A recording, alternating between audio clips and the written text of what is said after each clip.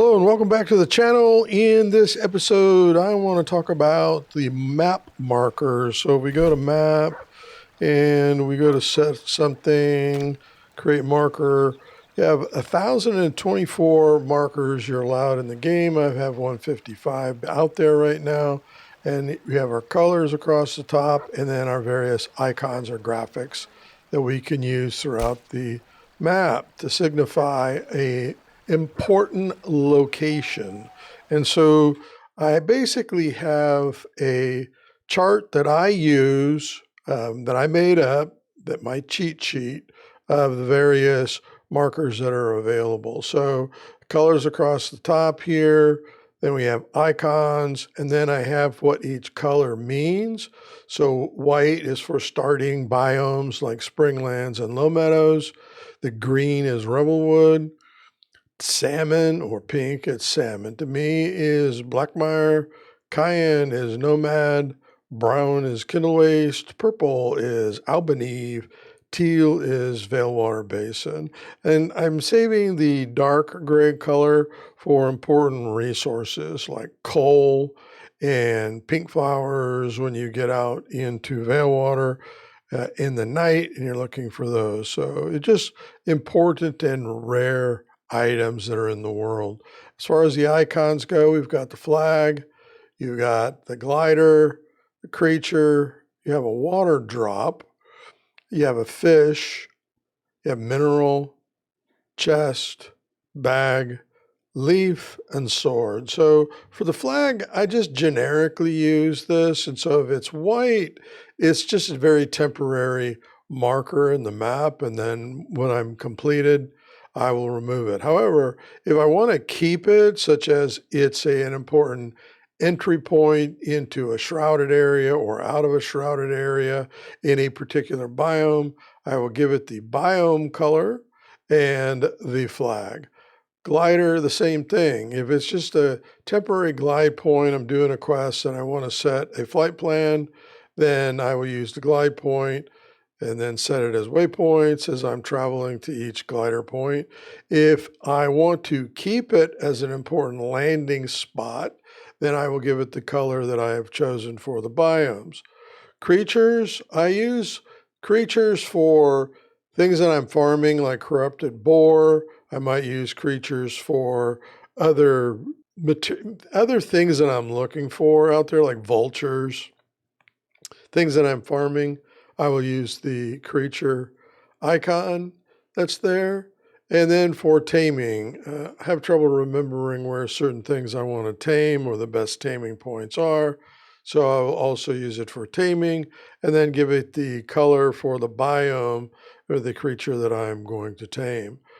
Now, in wake of the water, we've got water all over the place. If it's a pond, especially in the beginning, well, I'm going to mark it, maybe, but fishing points are most important. So definitely marking them and giving them a teal color.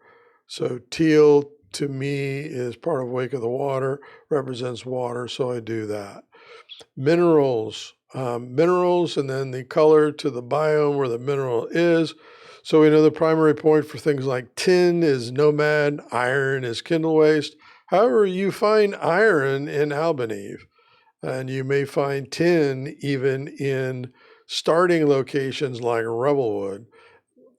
Keen has fixed some of those. They were just Easter eggs we would find. I made a video on finding tin and even iron in revelwood. I thought that was exciting. So I give the mineral location and then I'll give the color. So if tin I found in an earlier location like revelwood, I would give it the nomad color within that biome for tin, right? So chest, I use two colors. Silver chest is green, and then gold chest is salmon. So mark those throughout the world. Bags, this is loot. So you might get a cosmetic quest where various pieces of cosmetic gear is at different locations. I'll use the loot icon or graphic to mark where those are. And then other things that is important loot, I might put loot next to a boss or a creature fight, saying, hey, there's important loot, this is a boss or a creature worth farming. And then sword is fight location. So you'll find, especially in the Shroud, locations where you can spawn higher level mobs using certain resources. I'll mark that location as a fight location. I also do that if I'm come across a bridge that has a pretty tough mob on it. I don't want to say boss or mini boss, but I will put a fight icon there, sword icon, to signify, hey, something's going on there, be careful. So when we're looking at the map, you can see this is a pond, a water source that has good fishing. There's a water source here, but I'm just going to use it as a water source for refilling containers or anything that I'm doing while I'm traveling. And then if you filter, which is pretty cool about all of this, let's turn on filter. And what we're going to do is look for fishing locations, and then we'll put fires to set waypoints, maybe even our own altars throughout the world as we're going forward. And we may mark where chests are and not care about fish, so we can look across the world and see where chests are that you find, especially gold chests as you're moving throughout the world, and gold chests you want to farm. In Wake of the Water, they put a timer on them, 30 minutes or more of gameplay, and you might want to hit those spots up. Now, of course, if you're higher level, you're not coming back to lower level biomes. You're going to be going to the higher level biomes, or the biomes where the highest level gear is. So we're in Bellwater Basin, and you can definitely say, hey, this is Cromville. Lots of gold chests here to farm. There's our altar, and then go farm them. So pretty cool about the way that they have the marker set up, and that your ability to filter and look for various things in the world that are meaningful for you. Like these are rare flowers, so I want to get to those. I want to find those. And then other loot that's around the world as you're discovering your map and you're going forward.